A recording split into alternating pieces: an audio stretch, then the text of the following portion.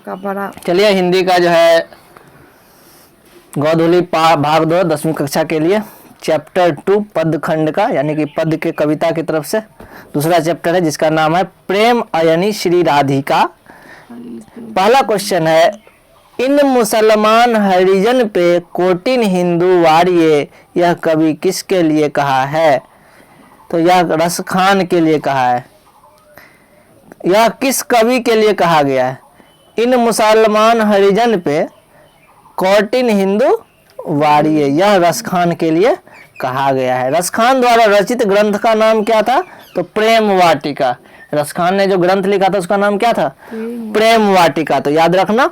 उसके बाद रस खान का रचना काल कब था? कब इन्होंने रचना की थी? तो जहांगीर के राज्यकाल में, जब जहांगीर का शासन था उसी समय रस खान ने प्रेम वाटिका की रचना की थी। ठीक है। रस खान के इष्ट देवता कौन थे? तुम्हारा इष्ट देवता कौन है? भगवान। हमारे यहाँ क्या कौन इष्ट देवता है? किसको पूजा करते हैं गोसाईगढ़ में? काली जी को। ठीक है, पता कर लेना इष्ट देवता कौन है। ठीक है, पता नहीं है तो अलग बात है। रस खान के इष्ट देवता भगवान श्री कृष्ण थे। ठीक है, विष्णु जी के ही रूप है लेकिन इसी भगवान कृष्ण की पूजा करते इसलिए भगवान कृष्ण बच्चों को फंसाने के लिए दे दिया है भगवान श्री राम, भगवान विष्णु, भगवान श्री कृष्ण, भगवान शिव। तो शिव को छुड़ा के तीनों एक ही है।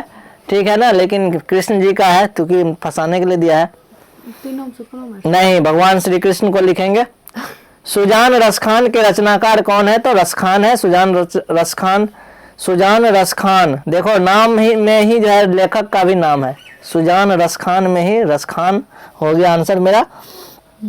रस खान को गोस्वामी विठल दास ने किस मार्ग में दीक्षा दी थी? तो रस खान को गोस्वामी विठल दास ने पुष्टि मार्ग में दीक्षा दी थी। इसका मतलब क्या हो गया कि रस खान के गुरु कौन थे? गोस्वामी विठल नाथ। ठीक है, जिसको पुष्टि मार्ग में उन्होंने क्या दी थी? दीक्षा दी थी।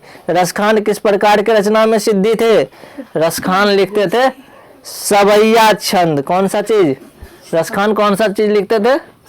सवैया छंद। उसमें वो मास्टर थे यानी कि बहुत अच्छे से उनको आता था सवैया छंद लिखने में। रस खान ने अपनी रचना में माली मालिन किन्हें कहा? तो रस खान ने अपनी रचना में माली और मालिन श्री कृष्ण जी और राधा जी को कहा। ठीक है। तराग शब्द का क्या अर्थ होता है? तराग का शब्दार्थ होता है नदी। क्या होता है? तराग मतलब नदी। कलधौत का पर्यायवाची शब्द क्या होता है?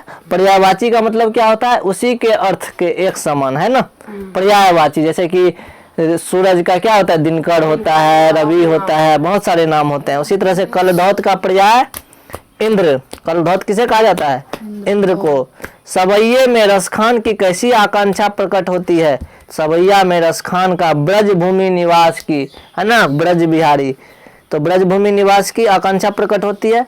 वह चाहते हैं कि वह कहाँ चले जाए भक्ति करने के लिए? ब्रज में। ठीक है, ब्रज किसको बोला गया पता है? जो नंद बाबा थे जिसके यहाँ रहते थे वो ब्रज ही था ना, मतलब उस जगह को ब्रज ही बोला जाता था। ब्रज के ग्वाला, वहां पर भगवान कृष्ण जो है ना बोले थे कि हम यहाँ पर सदा ही वास करेंगे, एकदम अनंत काल तक, यहाँ से कभी जाएंगे ही नहीं। इसीलिए जो है सवैया में जो रस खान कैसी आकांक्षा प्रकट करते हैं? ब्रज भूमि में निवास करने की। वह चाहते हैं कि वहां जाए क्योंकि वहाँ बहुत से भक्त जाते हैं। रस खान ने चितचोर किसे कहा था? तो भगवान श्री कृष्ण को रस खान ने क्या कहा था? चितचोर कहा था। लकुटी का मतलब क्या होता है? लकुटी का मतलब होता है छोटी लाठी। ठीक है, लकुटी का मतलब होता है छोटी लाठी। ठीक है। कवि रस खान से प्रेम वरण किसे कहा है? कहने का मतलब क्या हो गया? श्री कृष्ण। कवि रस खान ने प्रेम वरण। प्रेम वरण का मतलब क्या होता है पता है? वरण का मतलब हो गया रंग। ठीक है। कवि रस खान ने प्रेम वरण किसे कहा है? तो श्री कृष्ण जी को प्रेम वरण कहा है। प्रेम का रंग श्री कृष्ण जी को कहा। नंद नंद किसे कहा गया है? नंद श्री कृष्ण जी को। नंद का मतलब क्या हो गया? नंद मतलब होता है बेटा, और नंद उसके पिता का भी नाम था। तो नंद का नंद यानी नंद का बेटा कौन था? श्री कृष्ण जी। तो श्री कृष्ण को नंद का नंद कहा गया। अयनी का मतलब क्या होता है? अयनी का मतलब होता है प्रेम। ठीक है, अयनी का मतलब प्रेम होता है। ठीक है, आगे हम लोग देखते हैं। अयनी का मतलब ना प्रेम नहीं होता है, खजाना होता है। ठीक है, यहाँ पर कुछ और दिया गलत है यहाँ पर आंसर इसका। तो अयनी का मतलब क्या होता है? खजाना होता है। तो इस आंसर को ध्यान में रखना, इसके आंसर पे मत जाना। अयनी का अर्थ होता है खजाना, और ये मुझे कैसे पता चला? तो इसको पढ़ाए हुए थे अभी, तो इसीलिए हमको पता चला खजाना होता है। तो अयनी का अर्थ खजाना। प्रेम वाटिका किस प्रकार की रचना है? प्रेम वाटिका प्रेम निरूपण संबंधी रचना है। क्यों प्रेम निरूपण है? क्योंकि इसमें राधा और कृष्ण के प्रेम का बखान किया गया है। समझ में आया? सुजान रसखान किस प्रकार की रचना है? तो सुजान रसखान श्री कृष्ण के भक्ति से संबंधित रचना है। देखो इसमें श्री कृष्ण का कहीं नाम नहीं था, तो प्रेम निरूपण संबंधी दिए। क्यों दिए? क्योंकि प्रेम वाटिका से संबंधित है। सुजान रसखान किस प्रकार की रचना है? चूंकि हम जानते हैं ये रसखान के द्वारा लिखा गया है, और रसखान किसके भक्त थे? भगवान श्री कृष्ण के भक्त थे। इसलिए आंसर को किसको मारेंगे? श्री कृष्ण के भक्ति संबंधी। समझ में आ गया? तो देखो अकल भी लगाएंगे तो आंसर सही हो जाएगा। कबीर रसखान ने अपने दोहे में बेमन किसे कहा है? कबीर रसखान ने किसको बेमन कहा है? तो बेमन वह जो है ना, भक्त के रूप में स्वयं को कहा है। खुद को क्या कहा? बेमन, बिना मन का।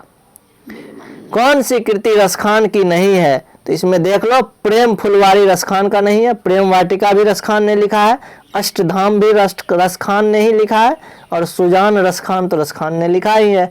तो इसका आंसर हो जाएगा प्रेम फुलवारी, जो कि रसखान की रचना या कृति नहीं है। किसने कहा था इन मुसलमान हरिजन पे कोटि हिंदू वारिये? कौन कहा था? अभी तो देखे किसके लिए कहा था? रसखान के लिए कहा था। पहला क्वेश्चन ये हमारा था, किसने कहा था? तो यह आंसर हो जाएगा भारतेंदु हरिश्चंद्र। किसने? भारतेंदु हरिश्चंद्र। ठीक है।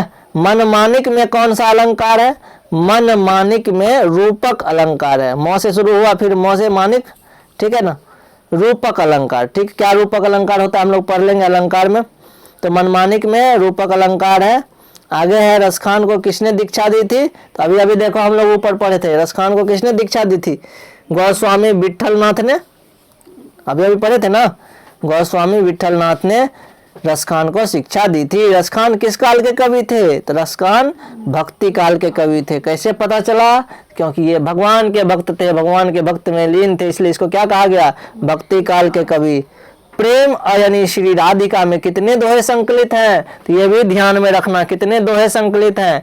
1 2 3 4 है ना, कुल मिलाकर के कितने दोहे हैं? 4 दोहे हैं। 2 लाइन मिलाकर के एक दोहा होता है, तो 4 दोहा है। प्रेम यानी श्री राधिका में। करिल के कुंजन ऊपरी वारों में कितने दोहा हैं? 2 दोहा हैं। तो ये ध्यान में रखना, यह भी पूछ रहा है। तो प्रेम यानी श्री राधिका में कितने दोहे हैं?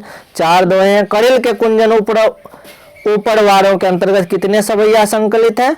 इसमें एक सवैया है। सवैया मतलब होता है 4 लाइन का एक संग्रह, उसको क्या बोलते हैं? सवैया बोलते हैं। ठीक है, तो इसमें एक सवैया है। ऊपर वाले में कितने सवैया हैं? तो 2 सवैया ऊपर वाले में हो जाएंगे, है ना।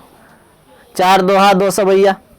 अब आते हैं मालिन। माली किसे कहा गया है? तो हम लोग जानते हैं राधा और कृष्ण को माली और मालिन कहा गया है। ठीक है, देखो फंसाने के लिए, बच्चों को उल्लू बनाने के लिए ना सीताराम दे दिया, लक्ष्मी विष्णु दे दिया। बच्चा तो कहानी देखा हुआ है, सब तो वही है, इसीलिए राधा कृष्ण ध्यान में रखना। पाठ में चित्तचोर किसे कहा गया है? तो पाठ में चित्तचोर श्री कृष्ण जी को कहा गया है, जो सबका चित्त यानी हृदय को चुरा लेता है। रसखान हिंदी के प्रिय लोक कवि हैं। कैसा लोक कवि? जातीय। रसखान हिंदी के लोकप्रिय जातीय कवि हैं। कौन से कवि हैं? जातीय या धार्मिक? तो जातीय कवि हैं। स्वामी विट्ठलनाथ ने रसखान को कहाँ शिक्षा दी थी? तो स्वामी विट्ठल नाथ ने रसखान को पुष्टि मार्ग में शिक्षा दी थी। दीक्षा शिक्षा जो भी है पुष्टि मार्ग में दी थी। रसखान ने श्री कृष्ण का लीलागान किसमें किया है? तो सवैयों में। क्या चीज में? सवैया में। ये जो कहानी लिखा गया किस चीज में लिखा गया? सवैया में। सेवय नहीं, सवैया। आधुनिक काल के साहित्यकार कौन है? आधुनिक काल के साहित्यकार भारतेंदु हरिश्चंद्र है।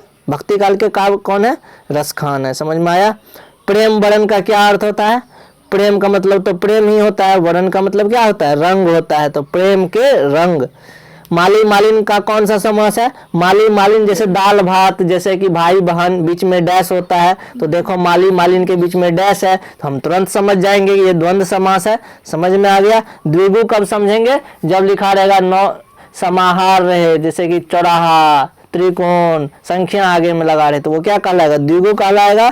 तत्पुरुष किसको कहेंगे, जैसे कि रहे का, के, की, को, ये सब के लिए बीच में लगा रहे, जैसे कि देख लो राजपुत्र, राजा का पुत्र, जैसे कि देख लो प्रेम अयनी, प्रेम का खजाना, प्रेम वरण, प्रेम का रंग, का लगा हुआ है, तो ये क्या हो गया, तत्पुरुष समास हो गया, हुआ कि नहीं।